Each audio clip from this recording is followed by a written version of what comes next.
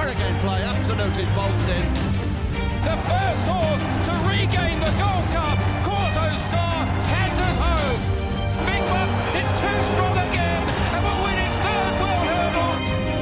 Perfect performance by horse and rider. Ruby, was there ever a time in your life that you considered anything other than racing? I don't think so, but I guess when you're making those kind of decisions, you're young and racing looks like fun and it's exciting, it's the thing you want to do. So no, I never really contemplated anything else. Like, I was fortunate enough that I did finish my leaving cert, or finished school and did my leaving cert, but it was always going to be horses, or I hoped it was going to be horses. Once upon a time at school you met a wonderful Australian called David Campese, wonderful rugby player, because rugby is very close to your heart. It was. I didn't play at school in rugby, I played for Naas, and during the World Cup when it was in Ireland with the old Lansdowne Road, and Australia obviously beat Ireland and they played New Zealand in the semi-finals, but the Australian team arrived in Naas one Wednesday night and we were training for the under-14s at the time, but yeah, look, Nick Farr-Jones, Michael Lynott, David Campese. I loved rugby, still love rugby, played till I was 18, found it an easier game to play than GAA football. It was less off the ball and someone wanted to vent their anger, they could tackle you and physically throw you on the ground, so you didn't quite get the slaps you might have got playing Gaelic off the ball, but no, I love rugby and still enjoy watching it. But racing was where you were heading. Now, when you were young, you were worried about the size of your feet because you knew there was a correlation, or you felt there was. You thought you were going to be too big. You were talking to my mother, obviously. Somebody's been telling me. Yeah, someone was telling you. I did, I suppose. I remember going to Powers Court for a charity ride for Motor Neuron. I was maybe 12 or 13. I was in the front of Desi Hughes' horse box, and Richard Hughes was there at the time. And I had my feet on the dashboard like the rest of the lads had, and he remember him asking me put the size of my feet, and I said, "Well, size whatever, you're going to be big."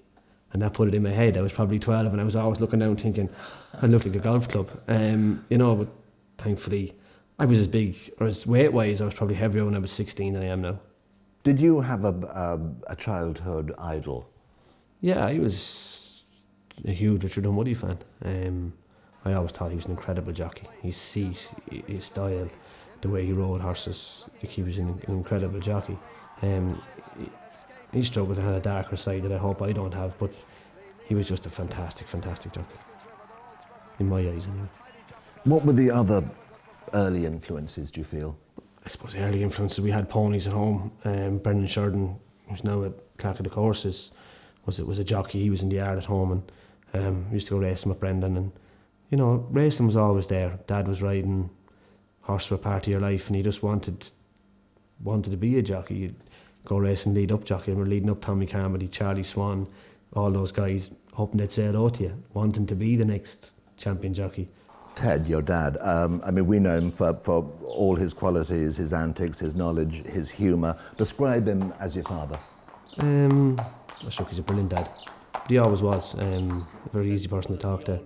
I guess everybody sees this outgoing man on the television, but that's not really Dad. That's something else. But my dad is very good, very easy to talk to. If you have a problem or an issue, or if you need someone in your corner, Dad is always there. If you're right, he'll tell you, but if you're wrong, he'll tell you even more so. And I suppose the one huge advantage I had over most jockeys all my career, and even to now, is that I always had a coach. He happens to be my father.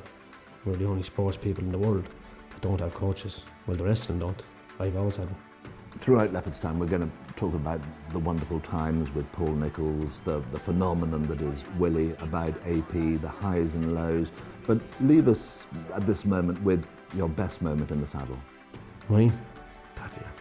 Papillon had to be, didn't it? Grand National 2000. That was just different. Riding for Dad. Yeah, I'd been out with a broken leg for almost 6 months. Came back, had a moderate Cheltenham. Hadn't ridden that many winners. Had been champion jockey the previous year.